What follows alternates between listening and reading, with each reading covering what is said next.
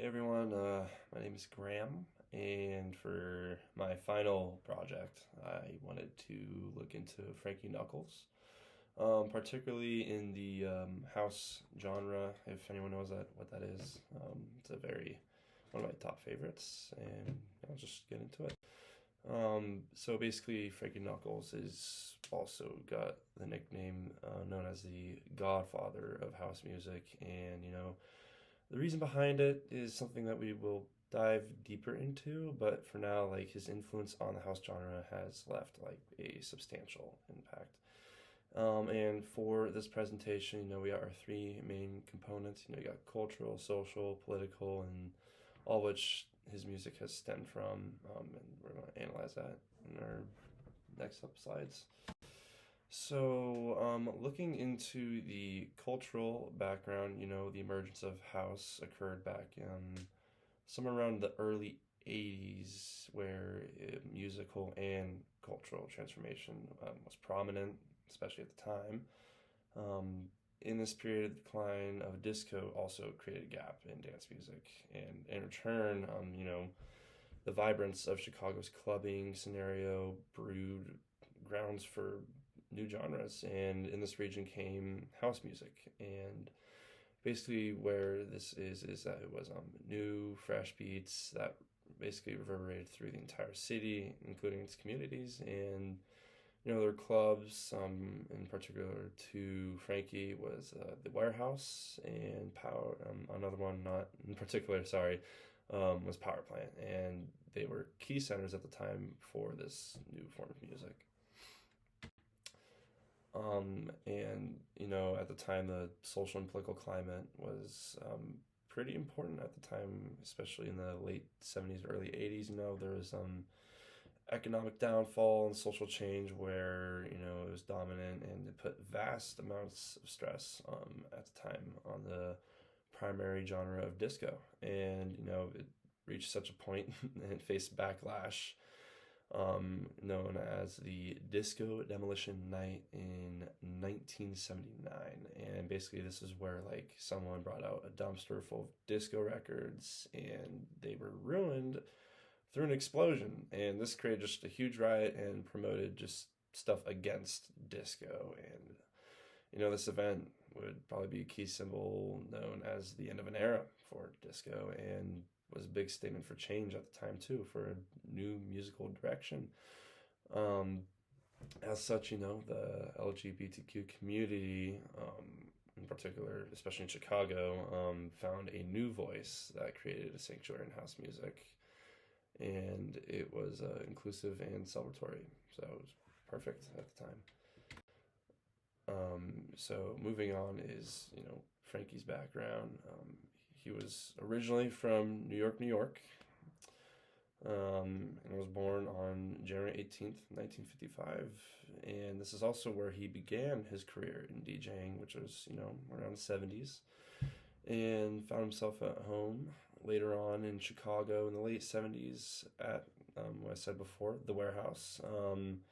In particular, this gave him his really true popular name as deserved, and a really great background in disco at the time. And he was able to use the skills to blend various styles of music where, it was used to his maximum potential. And overall, this really set him apart as a true pioneer from others in the house community. So, with his music mixing techniques and ability to develop extended dance mixes, he would become a true legend in the club scene. Um, Moving on is just important contributions. We got to note that. So, great forms of his contributions to house music were immense, especially pivotal role in spreading the genre, where his collaborations, like with artists of Jamie Principle, resulted in impactful tracks that became iconic to the house movement. A prime example was a song that we'll play later on called "Your Love," and this will be considered one of the most infamous tracks in the house industry at the time. He also remixed tracks by artists like Michael Jackson, bringing house into a much broader audience full of different genres and showing true potential of house music. We can even see that now, especially at college, where we're mixing like Katy Perry, Taylor Swift, and just a bunch of 2000s pop. it's his version, but now modernized. And just going back, it's beyond music itself. He has taught, plenty of successful DJs like David Morals, Eric Cooper, Louis Vega, and just spreading his intelligence into the house genre. Moreover, musical elements, his use of melody in his tracks were repetitive, and also captivating over melodic lines that, sorry, drew listeners in. And a good example was the song Baby Wants to Ride, where his melody hooks the audience at the beginning of the song, which is a really important element, especially in today's house music. Another thing he focused on was groove, we're noting all this, groove, and simplicity, where chord progressions he used were, typical for house music, and it developed a continuity and a flow on the dance floor that he performed at anywhere at the time. Another was the texture of his music, as he layered sounds and tracks where he mastered sampling and remixing. This added like great depth and complexity into his productions, and each layer contributed to the overall experience of his producing, making his music very engaging.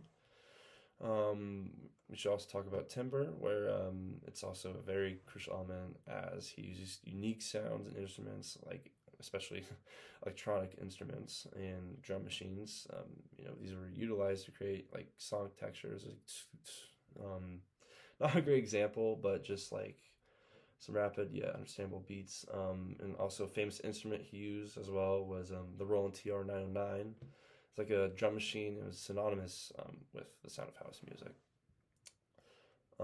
He also enveloped a 4x4 beat, so it's consistent and not too fast, and this is what made him really iconic, as all of his tracks featured this consistent rhythm and drove the music forward. Syncopation and groove were also essential, and they just kept the energy high and never ever low. The form of house is also just particularly designed for the dance floor, just for broad understanding. A good example of this, again, funny example is fraternities at the U of O campus.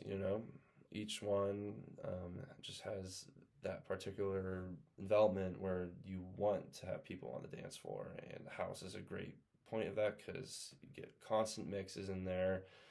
In fact, just very extended ones too, with long instrumental breaks, and something of common use that allows it is just with simple ease and keeps the crowd engaged. But going back to Knuckles, though, his tracks in relation to these things that we have now is just that he often went along with structure and just created pure experiences for every audience he performed for. And then moving on is, conclusion, unfortunately. But just to summarize, we have gone over, cultural, social, political contexts back there of his music, and just delved into the elements that define his works. And moreover, his impact on house is truly undeniable, and from the cultural roots to the unique musical elements, he left an outstanding mark on global trend music. And to put simple, his legacy continues to inspire plenty of artists around the globe, and have produced the ones that we love, or I love too, like Fisher, John Summit, Clune, Dom Dalla, and just plenty more. And for the tracks, sorry, I completely forgot how to input it, but now I found out, so we are probably going to be an ad though. Oh.